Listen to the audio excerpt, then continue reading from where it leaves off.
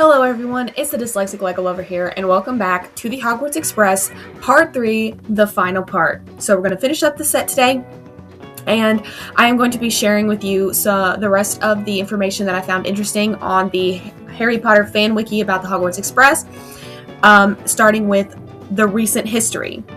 It was on the Hogwarts Express that Harry Potter first made the acquaintance of Ronald Weasley in 1991 and first met many of the other people who played significant roles in his life, including Hermione Granger, Neville Longbottom, Fred Weasley, George Weasley, and in later years, Remus Lupin and Luna Lovegood. The second confrontation between Harry and Draco Malfoy occurred on the train on the way to Hogwarts when Draco sneered at Ron and offered Harry his friendship. Harry turned down Draco's offer abruptly, marking the beginning of a long-standing enmity and hatred between the two boys. These enmity continued throughout their years at Hogwarts. Harry had his first encounter with a Dementor on the Hogwarts Express in 1993. The train had been stopped by the creatures to determine if escaped criminal Sirius Black was on board. In 1996, Harry and others were invited to a compartment occupied by Professor Horace Slughorn. The Express later ferried the students home early after Albus Dumbledore's funeral. In 1997, the train was twice stopped en route to Hogwarts, first by Death Eaters searching for Harry Potter, where they were met with some resistance from its occupants, and the second during the Christmas holidays when they abducted Luna Lovegood in retaliation for her father's rebellious paintings. At some point during the 2000s and 2010s, a new student aborted the train, beginning their journey to Hogwarts. In 2017, Harry, Ginny, Ron, and Hermione took their children to platform 9 3/4, where they boarded the train to leave for Hogwarts. In one of the old train's compartments, Albus Potter met Scorpius Malfoy and, in an ironic reversal of their own fathers, became fast friends. When the two were in their 4th year and returning to Hogwarts on the train, they managed to jump off it in order to continue with a plan involving a time turner, despite the efforts of the Trolley Witch to stop them. Between the 27th of August and the 3rd of September 2019, the Hogwarts Express fell victim to the calamity, vanishing for a time before a member of the SOS Task Force office intervened to restore it. So now I'm going to share some behind the scenes. Erroneously, many believe the name Hogwarts Express applies to the locomotive. The engine is really named Hogwarts Castle. In the films, Hogwarts Express applies only to the express service itself and not the locomotive. Legally, the train must have been considered an extension of Hogwarts School, as the decree for the reasonable restriction of underage sorcery only allowed underage wizards to perform magic within the bounds of a school, and magic was frequently used on the train. However, it is also possible that the Ministry simply turned a blind eye to the magic used on the train. The only stations the Hogwarts Express is noted as stopping at are King's Cross and Hogsmeade. Pottermore states that all students have to board the train per Ministry decree. This presumably also includes students from Scotland, Wales, and other more remote parts of England and Ireland, which seems impractical given it would be easier for them to get to Hogwarts itself than London. However, it is possible that students who lived nearer to Hogwarts than London may have been permitted to travel by other means. To promote J.K. Rowling's 4th Harry Potter book, a West Country-class Southern Railway locomotive named Taw Valley was painted crimson red and was given the Hogwarts Express nameplate. Yet it was rejected by Chris Columbus, the film director, because it looked too modern for the film's taste. Hence, Olton Hall was chosen as the star for its stately appearance. During principal photography of Harry Potter and the Prisoner of Azkaban, filming was shut down for several days after the train used as the Hogwarts Express was vandalized, costing £3,000. The vandals had spray-painted graffiti onto the train. The train was damaged again in March 2007 after filming Harry Potter and the Order of the Phoenix was completed. A month was required to repair the locomotive because of the £50,000 worth of damage, as 337 of its toughened windows were smashed with hammers. In the first 5 films, the Hogwarts Express is shown to have 4 coaches. However, in the film adaptation of Harry Potter and the Half-Blood Prince, it is shown to have 5 coaches. The 5th coach differs greatly from the rest because it has no compartments. This coach may have been added due to the fact that it has a luggage rack, which the other 4 lacked. The luggage rack was needed so Harry could eavesdrop on a conversation involving Draco Malfoy. It's also possible that its addition might reflect a higher than usual enrollment at Hogwarts. However, as there are approximately 600 students at Hogwarts each year, setup shown in the films, the initial amount of coaches seemed inadequate for the requirements. Another possibility is that the train has the ability to make clones of coaches due to its possible sentience for the multitude of ways wizards have of cloning objects or expanding the real size of them. In the film adaptation Harry Potter and the Deathly Hallows Part 1, the returning Hogwarts students are only seen on the Hogwarts Express and not at Hogwarts itself, which is due to the film mainly focusing on Harry, Ron, and Hermione's quest to find and destroy Voldemort's Horcruxes. As always, thank you for listening and learning with me, and please remember that all the information shared in this video was found on the Harry Potter fan wiki. It was not written by myself, and that the wiki page will be linked in the description below, and as always, please enjoy the rest of the video.